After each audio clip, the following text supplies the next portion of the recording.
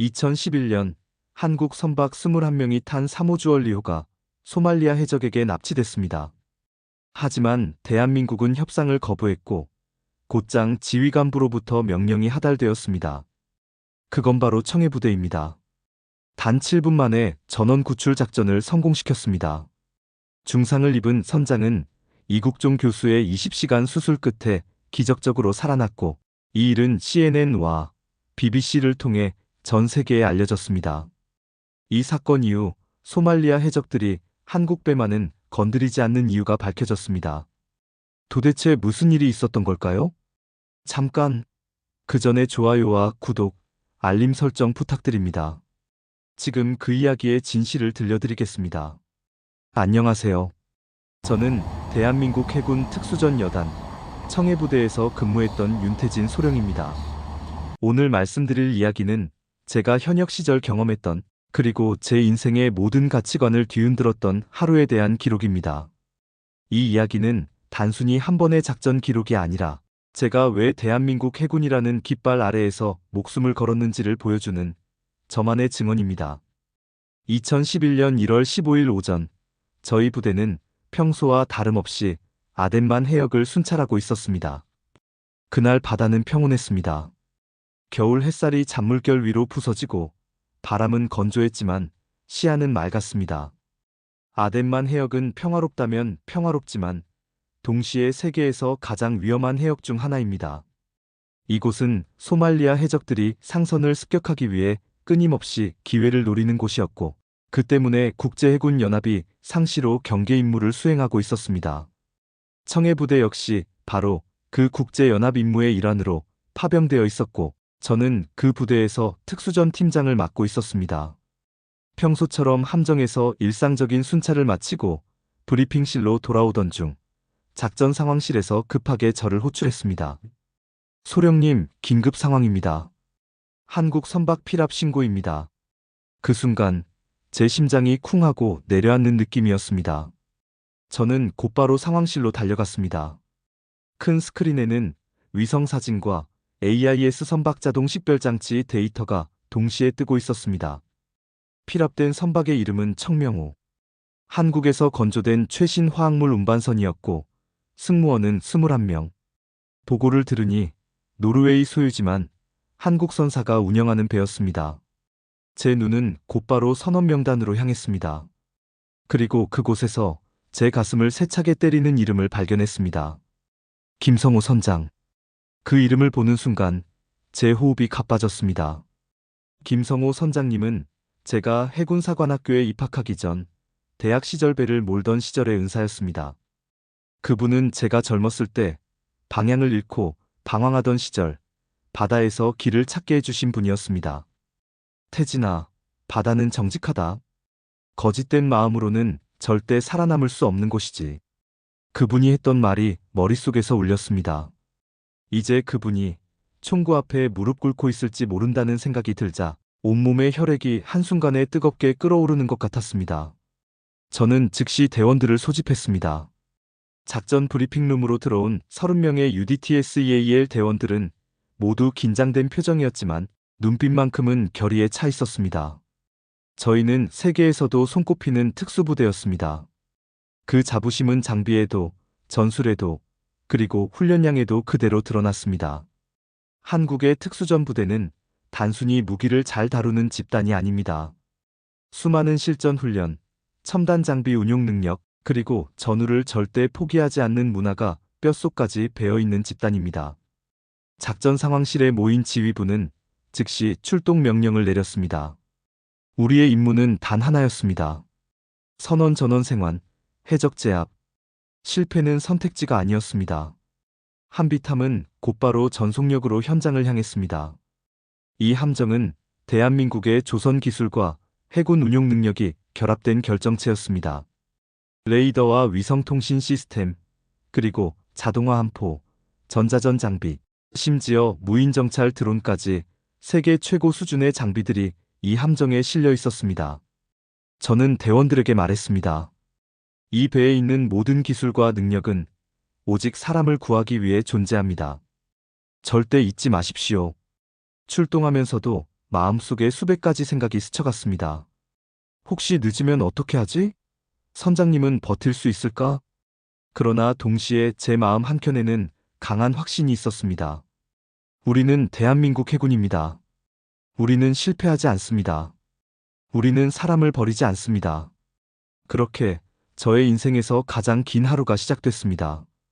한비탐이 전속력으로 현장을 향하는 동안 저희는 잠시도 손을 놓지 않았습니다. 작전 브리핑실 안에서는 끊임없이 정보가 업데이트됐습니다. 무인 정찰 드론이 보내오는 실시간 영상, 위성에서 찍은 고해상도 사진, 그리고 국제해군연합에서 공유한 해적활동 패턴 데이터가 스크린에 빼곡히 뜨고 있었습니다. 한국 해군은 이런 복합 데이터를 실시간으로 통합 분석하는 능력을 보유하고 있었습니다. 이는 전 세계에서도 상위권에 속하는 기술이었고, 우리가 가진 가장 강력한 무기 중 하나였습니다. 저는 대원들에게 임무를 다시 한번 상기시켰습니다. 우린 절대 선원 한 명도 잃지 않습니다. 그게 대한민국 해군입니다. 대원들은 고개를 끄덕였고 그 눈빛에는 두려움보다 의지가 더 강하게 비쳤습니다. 도착 시각은 새벽 1시경으로 예상됐습니다. 그러나 도착하자마자 바로 작전을 개시할 수는 없었습니다. 해적은 고속정 세척을 몰고 청명호 주변을 계속 순찰하듯 돌고 있었고 총기를 휴대한 인원이 갑판과 선실 주변에 배치돼 있었습니다. 게다가 그들은 국제작전에 익숙한 듯 무선 주파수를 계속 바꿔가며 교신을 하고 있었습니다. 우리가 가진 전자전 장비가 즉시 개입해 해적의 무전을 차단했지만 그만큼 상황이 민감해졌습니다. 첫 번째 구출 시도는 도착 후 불과 1시간 만에 이뤄졌습니다. 우리 고속단정 두 척이 해적선이 청명호에서 멀어지는 순간을 노려 은밀히 접근했습니다. 바다는 잔잔했지만 그 잔잔함이 오히려 우리 발소리를 숨기지 못하게 하는 함정이었습니다. 300m, 200m 그렇게 거리를 좁히던 순간 선박 측면에서 섬광이 번쩍였습니다. 곧이어 자동화 소총의 연발 사격이 바닷물을 갈라버렸습니다. 총알이 수면 위로 튀어오르며 마치 수십 개의 은빛 송곳이 저희 쪽으로 날아오는 듯 했습니다. 저와 대원들은 즉시 엄폐 자세를 취했고 반격 사격을 하며 거리를 벌렸습니다. 하지만 이미 피해는 있었습니다. 왼쪽에 있던 고속단정에 탄 대원 2명이 부상을 입었고 제 뒤쪽의 어모 사수 역시 어깨를 스쳤습니다. 저희는 작전을 중단하고 퇴각할 수밖에 없었습니다. 그리고 그 순간 더 가슴을 무겁게 하는 소식이 무전으로 들려왔습니다. 선장님이 흉부에 총상을 입었다. 상태가 심각하다. 저는 주먹을 꽉 쥐었습니다. 이대로 시간을 끌면 선장님뿐 아니라 다른 선원들의 목숨도 위태로웠습니다. 작전 회의가 긴급히 열렸습니다. 저희 지휘부는 상황을 세밀하게 분석했습니다. 첫 번째 시도의 실패 원인은 명확했습니다. 해적의 배치와 사격 위치를 완전히 파악하지 못했고 무엇보다 접근 경로가 노출돼 있었습니다. 따라서 두 번째 시도에서는 접근 방식부터 타격 방법까지 완전히 바꿔야 했습니다. 그때 저희에게는 한국이 자랑하는 또 하나의 무기가 있었습니다. 바로 통합 야간 작전 체계와 드론 기반 열 영상 탐지 장비였습니다. 이 장비 덕분에 저희는 어둠 속에서도 해적들의 움직임, 심지어 무기를 들고 있는지 여부까지 확인할 수 있었습니다. 그리고 함정의 자동화 함포와 헬기 지원을 동시에 투입하는 복합작전 계획이 세워졌습니다. 작전명은 여명. 어둠 속에서 시작해 해가 떠오를 때 모든 인지를 구출하겠다는 의미였습니다. 작전 개시 시각은 새벽 4시. 우리는 헬기 1대, 고속단정 3척, 그리고 함포 지원까지 모든 전력을 투입할 예정이었습니다. 그날 밤 대원들은 장비를 점검하며 서로의 어깨를 두드렸습니다. 끝까지 가는 거죠? 한 대원이 묻자 저는 대답했습니다. 우린 대한민국 해군입니다. 끝까지 가는 게 아니라 반드시 데리고 돌아오는 겁니다. 그렇게 24시간의 시한폭탄이 째깍째깍 흘러가고 있었습니다. 새벽 3시 40분. 아덴만의 하늘은 아직 어둠 속에 잠겨 있었습니다. 별빛만이 바다 위를 비추고 있었지만 그 별빛마저 구름에 가려져 있었습니다. 거친 파도 소리가 함정의 갑판을 때리고 먼 곳에서 해적들의 경계 사격 소리가 간헐적으로 들려왔습니다. 저희는 모두 숨을 죽인 채 지정된 위치에서 마지막 무전 지시를 기다리고 있었습니다. 헬기 조종사의 목소리가 헤드셋으로 들려왔습니다. 목표물 시야 확보. 해적 5명 갑판에서 경계 중, 나머지 7명은 선실 내부로 이동 중. 드론과 헬기의 실시간 영상 덕분에 우리는 적의 움직임을 정확하게 파악할 수 있었습니다. 이게 바로 한국 해군이 가진 장점 중 하나였습니다. 전장 전체를 눈으로 보듯 통제할 수 있는 능력. 358. 작전 개시 2분 전. 저는 대원들에게 짧게 말했습니다. 선원 전원, 반드시 생환시킵니다. 해적은 무조건 제압. 전술 이영태 유지. 대원들은 고개를 끄덕였고 그 눈빛은 어둠 속에서도 확실히 빛나고 있었습니다. 400. 함장님의 목소리가 무전기에 울렸습니다. 여명 작전 개시. 그 순간 링스 헬기가 저공으로 선박 위를 스치며 조준된 기관총 사격이 해적의 갑판 저격 지점을 강타했습니다. 동시에 한비탐의 자동화 한 포가 해적 고속정 2척을 명중시켰습니다. 거대한 폭발음이 바다 위에 울려 퍼지고 화염이 어둠을 찢었습니다. 저와 제 팀은 고속단정에 몸을 싣고 전속력으로 청명호 측면으로 접근했습니다. 파도와 총성이 뒤섞인 소리가 귀를 때렸지만 저는 한순간도 눈을 떼지 않았습니다. 로프가 던져졌고 저는 가장 먼저 갑판 위로 뛰어올랐습니다. 발이 닿자마자 훈련에서 수백 번 반복했던 동작이 저절로 나왔습니다. 엄폐, 조준, 사격. 3명의 해적이 거의 동시에 쓰러졌습니다. 갑판은 이미 아수라장이었습니다. 한포 사격으로 혼란에 빠진 해적들은 무질서하게 총을 난사했고 그 와중에 대원들은 마치 한 몸처럼 움직였습니다. 저희는 2개의 조로 나뉘어 한 조는 갑판 제압, 한 조는 선실 내부 진입을 맡았습니다. 제가 이끈 조는 선실 진입팀이었습니다. 좁은 출입문을 통과하는 순간 매캐한 화약 냄새와 기름 냄새가 코를 찔렀습니다.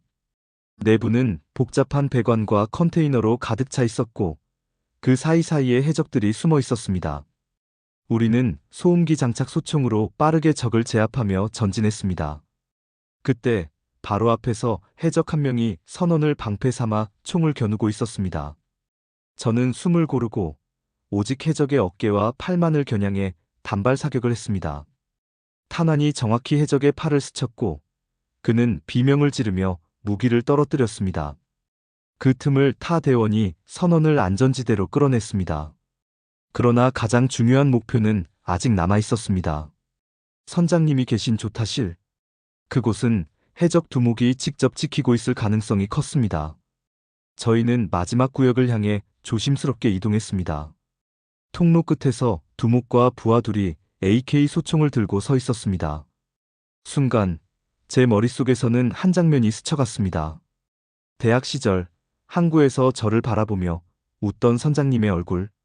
끝까지 같이 갑니다. 마음속으로 되뇌이며 저는 섬광탄을 던졌습니다. 강렬한 빛과 폭음이 통로를 메웠고 그 2초의 혼란 속에 저희는 돌격했습니다. 첫 사격으로 부하 둘을 제압하고 마지막으로 두목의 무기를 떨어뜨렸습니다. 조타실 문을 열었을 때 저는 피투성이가 된 선장님을 발견했습니다. 그분은 힘겹게 웃으며 말씀하셨습니다. 태진아, 너였구나. 저는 그 순간 울컥했지만 눈물을 삼키고 단호히 대답했습니다. 선장님, 절대 포기 안 합니다. 이제 안전합니다. 선장님을 부축해 나오는 그 순간 무전기에 함장님의 목소리가 울렸습니다. 선원 21명 전원 확인. 목표 달성. 새벽 5시 10분. 아덴만의 수평선이 은빛으로 물들기 시작했습니다. 어둠이 조금씩 걷히자 불과 몇 분 전까지 총성과 비명이 뒤섞였던 청명호의 갑판 위에는 이상하리만큼 고요가 찾아왔습니다. 갑판 한가운데 찢긴 태극기가 바람에 펄럭이고 있었습니다. 그 깃발은 먼지와 화약, 그리고 바닷물에 젖어 있었지만 그 어느 때보다도 당당하게 서 있었습니다. 무전기로 함장님의 목소리가 들려왔습니다. 선원 전원 생존. 아군 사망자 없음. 해적 전원 제압 완료. 그 순간 제 몸에서 모든 긴장이 빠져나가는 것을 느꼈습니다. 손에 쥔 소총이 유난히 무겁게 느껴졌고 심장이 크게 두어 번 뛴 후에야 숨을 고를 수 있었습니다. 구출된 선원들은 서로를 부둥켜 안고 울었습니다.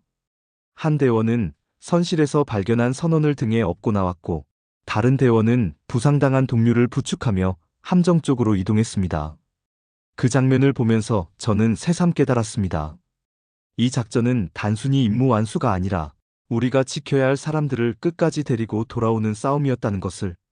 선장님을 고속단정에 모시고 한비탐으로 돌아오는 길, 바다는 마치 모든 것을 알고 있다는 듯 조용했습니다.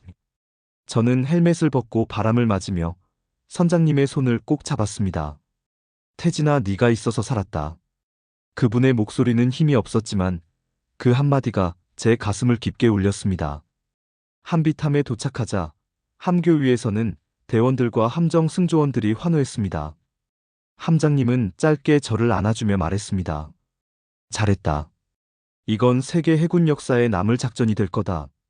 며칠 후 저희는 한국으로 귀환했습니다. 부두에는 수백 명의 환영 인파가 나와 있었고 언론사 카메라들이 일제히 플래시를 터뜨렸습니다. 구출된 선원들은 가족 품에 안겼고 그 순간 부두 전체가 눈물과 웃음으로 가득 찼습니다. 곧이어 국제해양안보위원회에서 공식 성명이 발표됐습니다. 대한민국 해군은 아덴만 여명 작전을 통해 세계 최고 수준의 해양작전 능력과 인질 구출 전술을 입증했다. 이는 유엔 해양안보 역사상 유례없는 완벽한 작전 성공 사례이다. CNN, BBC, 로이터를 비롯한 세계 주요 언론이 동시에 이 소식을 보도했습니다. 외신들은 노 캐저얼티즈, 퍼펙트 레스큐라는 제목을 붙이며 한국 해군의 훈련 수준과 지휘, 체계, 그리고 최신 장비 운용 능력을 극찬했습니다. 특히 단 한 명의 아군도 잃지 않은 점, 그리고 인질 전원을 구출한 점을 현대 해군사에서 보기 드문 기적이라 평가했습니다. 저희 팀은 국방부 청사에서 대통령 표창을 받았습니다. 그 자리에서 저는 다시 한번 느꼈습니다. 이 모든 것은 개인의 용기나 능력만이 아니라 대한민국이라는 나라가 가진 시스템, 기술, 그리고 사람을 끝까지 지키는 문화 덕분이라는 것을요. 작전 후 기자들이 저를 붙잡고 물었습니다. 소령님, 어떻게 이런 작전이 가능했습니까? 저는 잠시 생각하다 짧게 대답했습니다. 우린 절대 사람을 버리지 않는 나라니까요. 이 한마디에는 모든 것이 담겨 있었습니다. 한국 해군의 훈련, 기술, 장비, 그리고 전우회. 그리고 우리가 지켜온 사람을 끝까지 지킨다는 가치. 저는 지금도 가끔 그날의 바다를 떠올립니다. 별빛 아래에서 시작된 싸움, 해가 떠오를 때 찾아온 고요. 그리고 태극기가 바람에 펄럭이던 그 순간. 그 모든 장면이 저에게는 평생 잊을 수 없는 대한민국의 모습입니다.